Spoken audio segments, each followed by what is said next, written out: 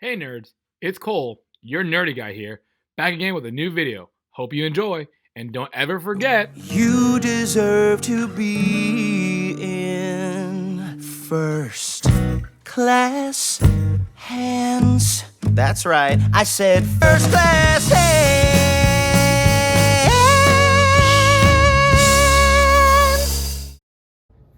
hey guys, hope you guys enjoyed the intro. You already know what we're talking about today, and I have a special surprise for you guys a little later. But as you already know, we're talking about, that's right, Yu Yu Hakusho. Not just Yusuke, we're talking about the entire show. And I keep saying we, and you're probably wondering why I'm saying we. Well, I have a little surprise, like I said, and right now I want to introduce all you nerds to my man, Reef. Hello. Man, good to have you on the show. I'm glad to be on, man. I'm a big Yu Yu Hakusho fan. It's actually my favorite anime, so I'm really happy to be on the show, and let's talk about some anime. Yeah, of course. So first, we probably need to have all the characters here. So if you don't mind, I'm about to do some magic. So thank you. And 3, 2, widescreen now. Now we have 7 pops here. Right, we have 7. So let's first start with the characters. As you guys know, this is Yusuke Urameshi. He is the main character.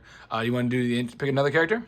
Yeah, so then we got Kurama, one of the side characters. Really like him a lot. He was actually my first favorite character when I started watching, and then I realized how much I like Yusuke, but we can talk about that later. Yes, I'm not even gonna lie to you. Kurama actually is my favorite character from surprised. day one. I'm not surprised at all. So then we have Coolbar, who is the I would say probably the most made fun of character in this anime. Yeah, I was gonna just skip past him if I can't come to it. But yeah, Coolbar, he's cool. He's probably the most underpowered character in the entire show. Honestly, he kind of just seems to be there sometimes. But in my opinion, I've always seen him as the heart of the show. He is definitely the heart. So yeah, I think so too. I had to remind myself that my audience loves my hands, so I have to kind of keep that in the viewpoints, right? Not on my lap. And then we have finally Hiei and Botan. Okay, yeah. So we got Hiei and Botan. Hiei, definitely one of my favorite characters too. Obviously, I'm gonna keep saying that. Yu Yu Hakusho is actually my favorite anime. I think Hiei is definitely the coolest of all of them. He has to be. I would definitely agree with that. And a lot of people don't know, but Sasuke actually got a lot of. Sasuke was kind of made from Hiei, honestly. Yeah. If we're being honest. So black hair, sword, moody attitude, all checks out. I will also say this: Botan, she is probably one of the more, to me, I find her hilarious. When I rewatched it over the last summer, I actually laughed at a lot of things Botan said. She got away with it because she's a cutesy Grim Reaper. Yeah. She got away with saying some like pretty outlandish things sometimes. Oh, yeah, definitely. Botan's definitely, I mean, I'm going to keep saying this, one of my favorite characters. Botan's really cool. She comes in early, and she definitely makes her presence felt throughout the show. Another guy I really like, wish we had a pop of him here. Don't even know if there is one. Koenma is great. There is not at this time. I wish there was. Yeah, so I like that. I actually like the version of Koenma when he actually grows up. He takes that form. That's the cool Koenma. So for those who don't know, Kurama is a baby character who eventually ends up taking the form of an adult man because he got tired of being ridiculed by these four, essentially. Yes, we're all making fun of him. We can also, talk about some of these transformations. As you can see, we have 2 versions of Kurama, 2 versions of Yusuke. So Kurama basically has this mode called Yoko Kurama. That was him originally, and to go to the human world or Earth or whatever, he had to become just regular Kurama. Then, right. Spoiler alert, he gets his powers back later in the tournament, and you actually see Yoko Kurama, which is probably one of the strongest characters, if not the strongest between the 4.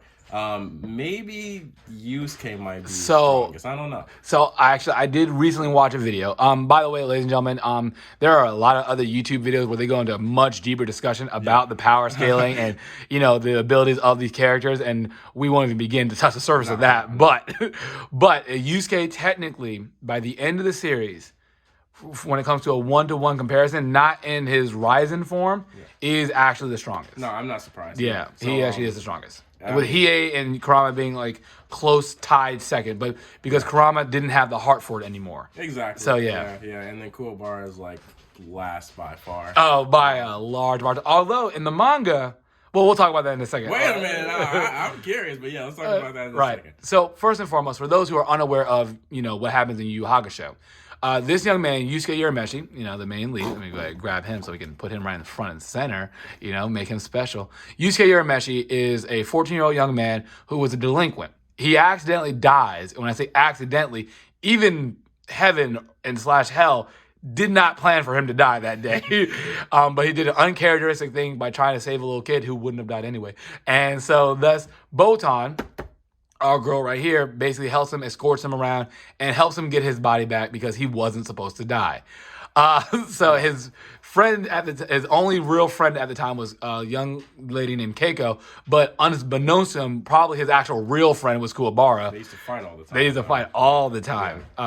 Do you want to expand on that one? Okay, yeah. So first off, I would just like to say that Yusuke is probably my favorite main character in any of the shows I've watched, mainly because he's not your typical shonen protagonist in the sense that he's not Naruto trying to always save everyone and save the world, or he's not, Goku trying to save everyone and get stronger for that purpose.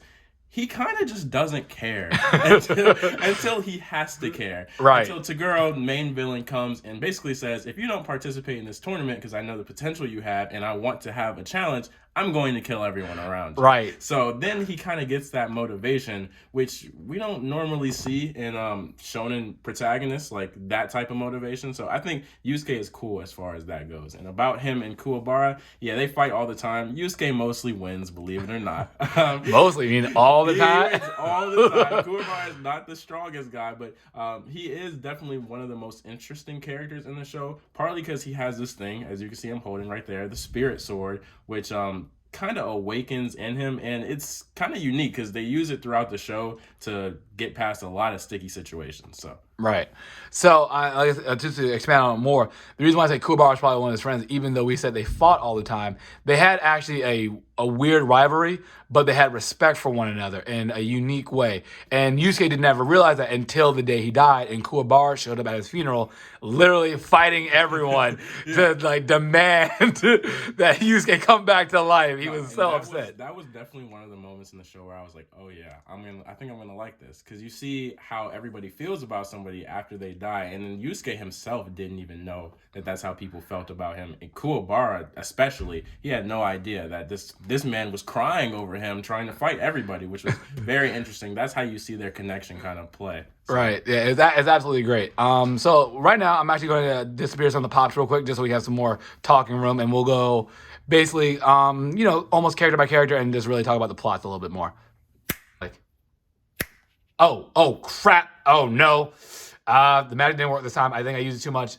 So I'm just gonna reach over. Just gonna reach over and grab it. All right. So ladies and gentlemen, this is again, like we said, Yusuke, the main character. As Sharif was saying earlier, as main characters go, especially for shonen characters. Yeah. For those who don't know, shonen is a popular comic book / manga magazine in Japan. I don't know why I say comic book, for all those who don't understand what manga is. So it's essentially the easy way of putting it. But he's not a typical one where it's like, I'm good for the sake of being good. Exactly. He is like, I'm put in situations and have to make a choice. Exactly, yeah.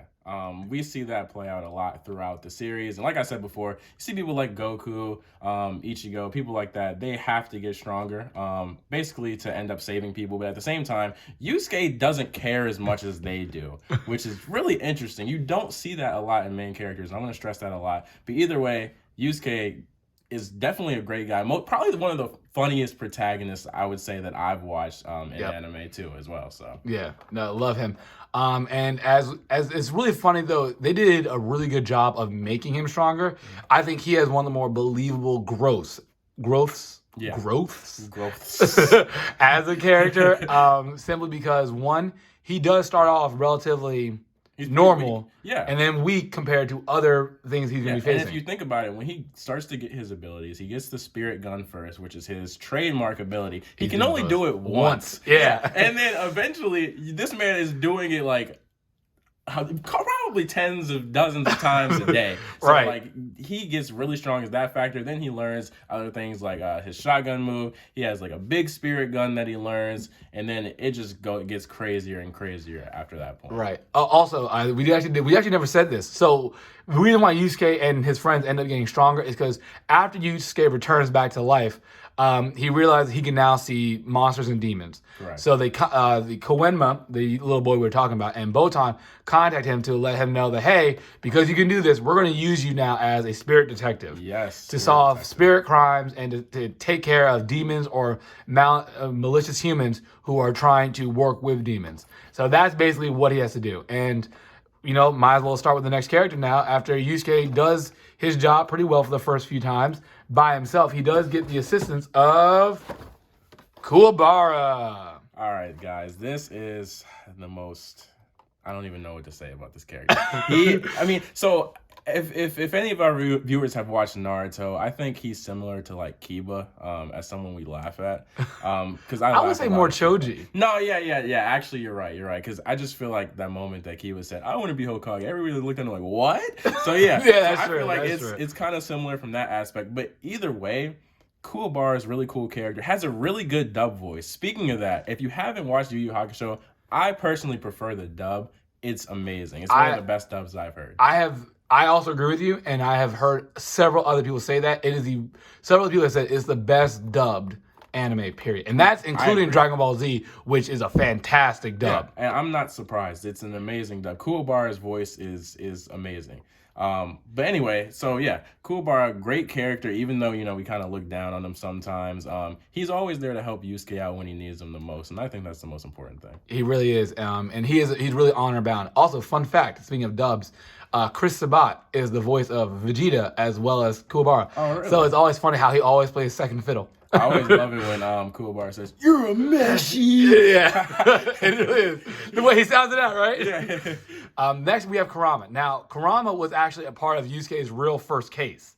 Yes. Actually, as an antagonist, and might as well bring in Hiei for that reason too. They were actually the antagonists, Hiei being the leader, and Kurama just being basically a demon inside of a human's body. Right. So the Kurama, though, we'll put that to the side, magic. We'll let Hiei. Right, we'll have his own eventually. He's very cool. He will come in eventually. Right. His own time to shine. But Kurama was actually a demon lord named Yoko Kurama, as we already said. Right. And then he was actually injured in a fierce battle with a spirit. I don't know. I can't remember what they're called. I don't remember either, but I know what you're talking about. Yeah, they're the otherworldly police. And basically, he was injured.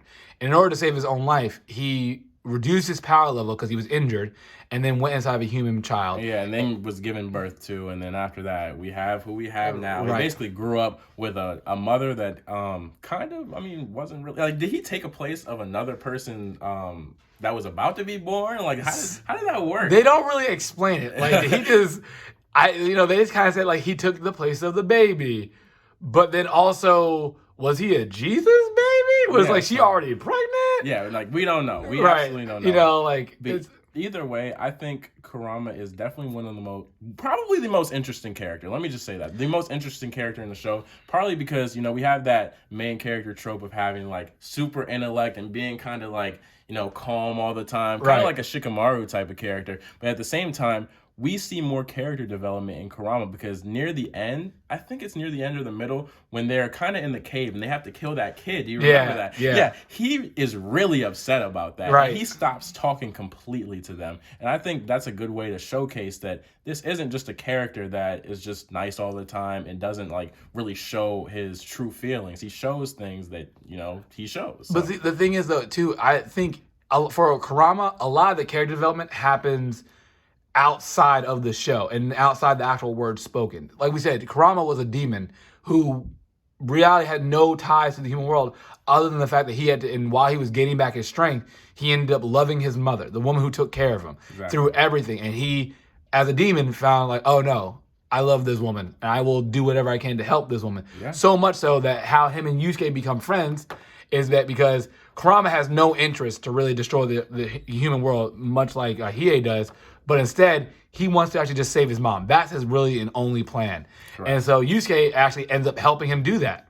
So yeah, I think at one point in the tournament, somebody actually threatened his mother. They said that they were gonna kill her, I think. Yeah. And he kind of was really upset about that. Obviously. he brutally murdered them. Yeah, he brutally brutally murdered that guy. So that guy is gone. But talking about brutally murdering, we'll get to that later with Hiei. But yeah, Kurama, great character. And then as we can see here, he's bringing in Yoko Kurama. Yoko. I think so. The fun thing is that I already liked Kurama when I initially saw the anime.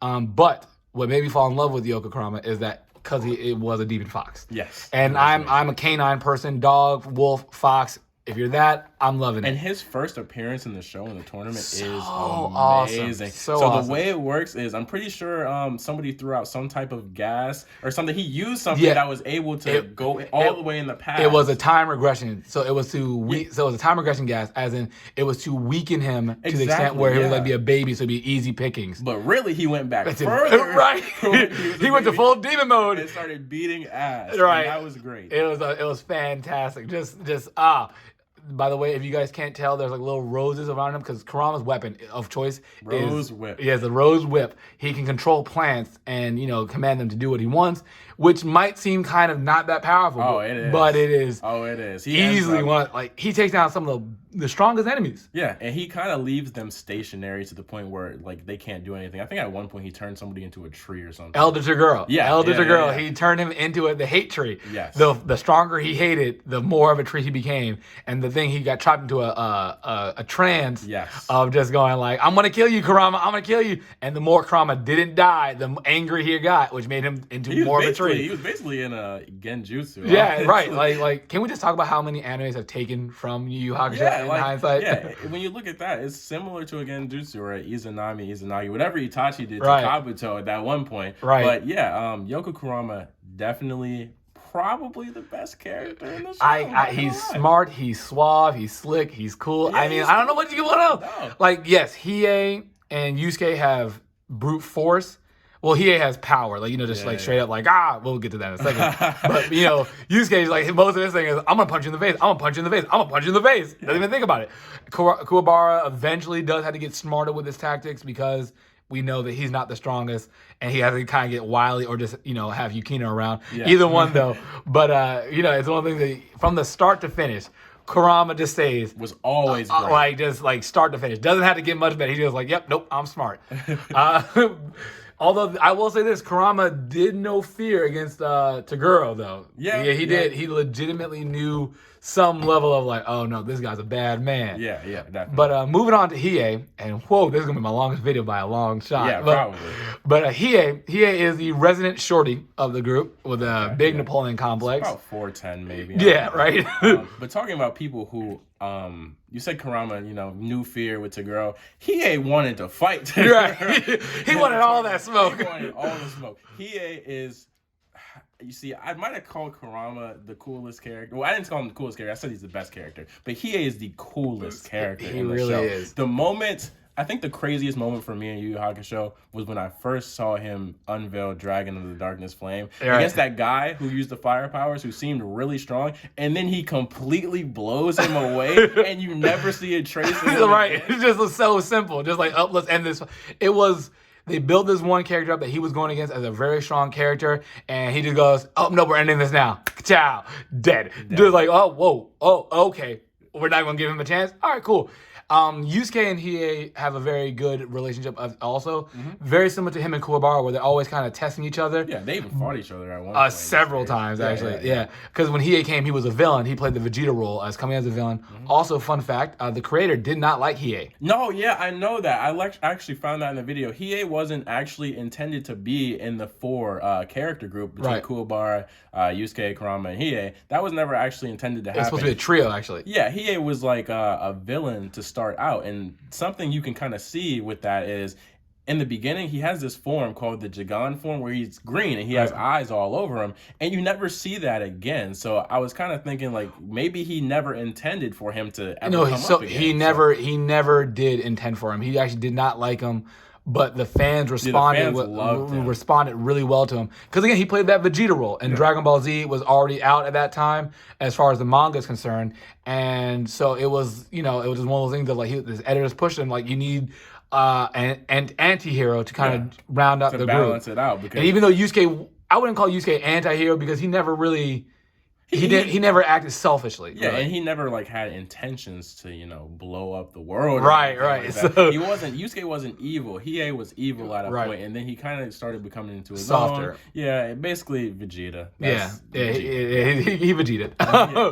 But Hiei, also fun story about him is that when he would fight, he really wanted Toguro to like all that smoke from Toguro. Yeah. It's because him and Yusuke had a rivalry because he never really got over the fact that he lost to Yusuke. Yeah. And then he wanted all that smoke from Toguro because he wanted to prove that he was actually stronger than Yusuke. Correct. But also he still, at this point though, he was starting to care for Yusuke and Kuwabara. I mean, he teased Coolbar a lot. He teased them, right? Like they teased each other the most, right? But he cared for him, and he always kind of had a soft spot for Kurama, right? Like he respected who Kurama was and who Kurama is still, and so it was that respect that kind of drove him. So, especially when Kurama came out in the Yoko form, he was like, "Oh, you guys done effed up now, right? You guys done effed up now." You ready? Oh, y'all ready for a show? This is what I've been waiting for. So yeah, it really is. Just Hiei was really, really good. So that's pretty much all the main characters. Like we said, Botan's always there from the start. Yeah, she's from the start. She's doing her Grim Reaper thing. Always riding the broomstick. Right. Very nice. So I hope you guys enjoyed this video, and thanks for coming out, Reef. No problem. I enjoy myself immensely. Like I said before, this is my favorite anime of all time. So this was great to talk about. Well, I would love to have you for other episodes, and when we're not talking about Yu Hakusho, and. Yeah, so all you nerds out there, make sure you like, subscribe, and go check out Reef's channel. Go ahead, Reef, plug your channel. Yeah, so my channel is Reef Plays Games. Do a lot of stuff on the channel, so just go ahead and check it out, see if you like it. So again, just repeat that for us one more time. Reef Plays Games. Reef Plays Games. He's going to link it in the description. I'm going to send it to him. I will link it in the description. We're getting new to that. All right, I hope you guys enjoyed the video. This is literally the longest video. Have a good one.